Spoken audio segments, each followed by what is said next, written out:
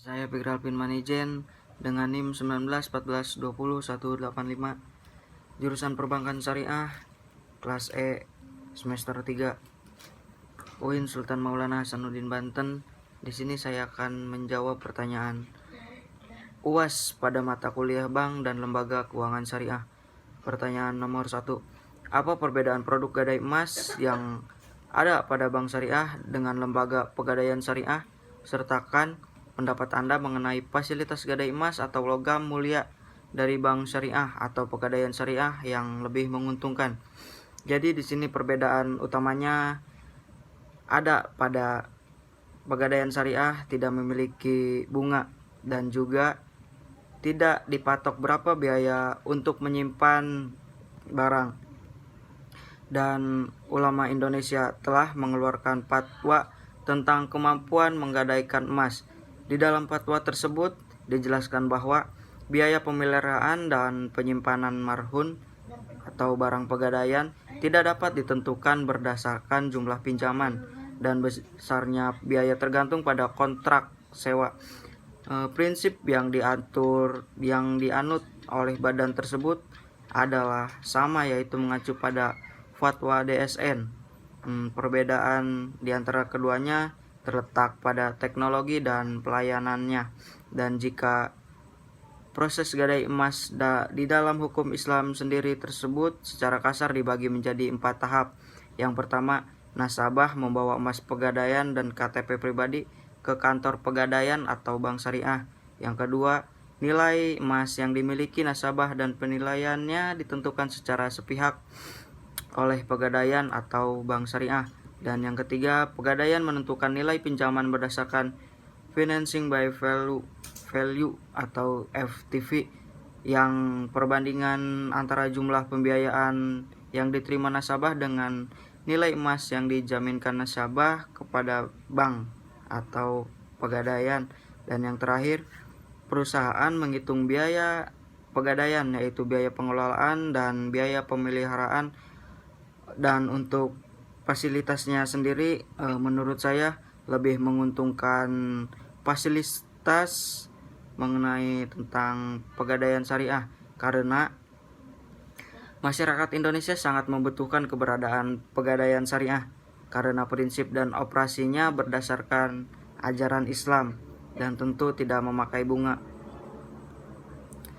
dan juga tidak ada maisir, gharar, dan riba.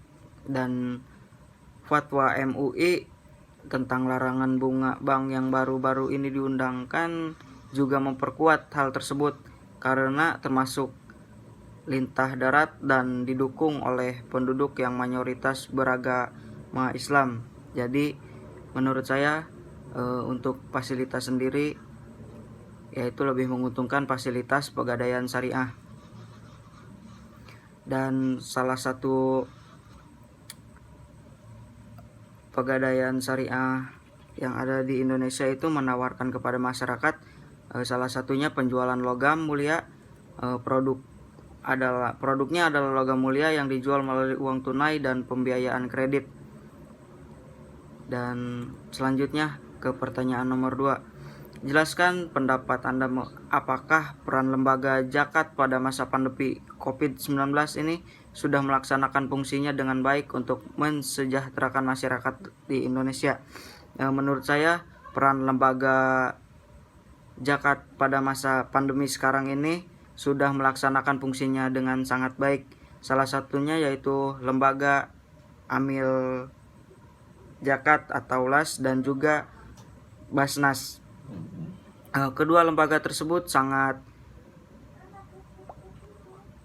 menunjukkan keterlibatannya dalam kegiatan respon terhadap pandemi ini, baik ditinjau dari program kesehatan maupun program sosial ekonominya. Basnas sendiri merupakan pusat. Sebagai contoh, telah mengeluarkan dana sebesar 28,32 miliar yang dialokasikan untuk program darurat kesehatan 30%, darurat sosial ekonomi sebesar 59%, dan juga pengamanan program yang ada saat ini sebesar 2%. Dan sebanyak 357.000 mustahik telah menerima manfaat program penyaluran Basnas ini, dan mereka sangat terbantu karena COVID-19 ini sangat menyengsarakan rakyat, dan adanya Badan Amil Zakat Nasional ini sangat mensejahterakan rakyat yang membutuhkan, dan juga lembaga amil zakat juga sangat berpengaruh untuk mensejahterakan masyarakat yang terkena dampak pandemi COVID-19.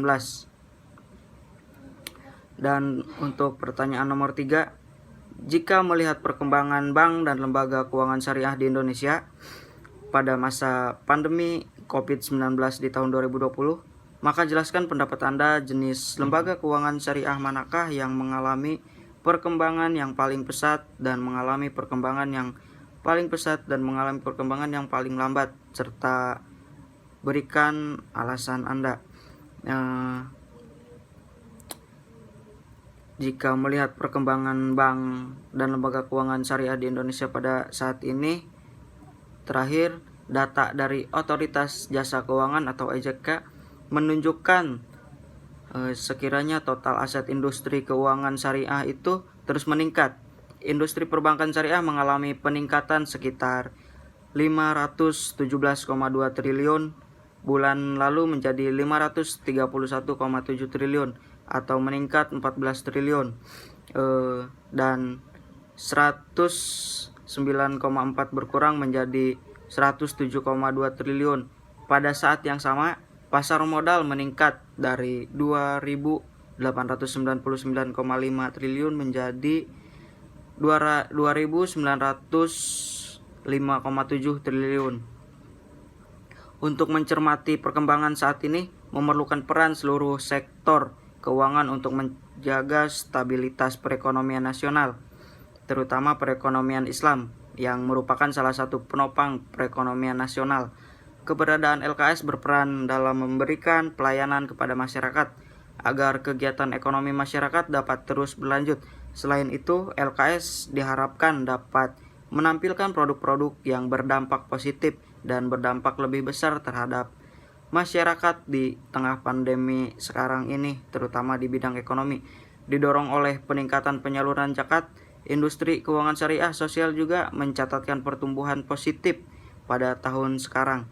Padahal menurut ramalan Badan Zakat Nasional Basnas, pendapatan lakat diperkirakan akan melampaui 10 triliun rupiah pada tahun 2020, dan pada tahun 2019 akan mengalami peningkatan sekitar 8 triliun rupiah. Sekian.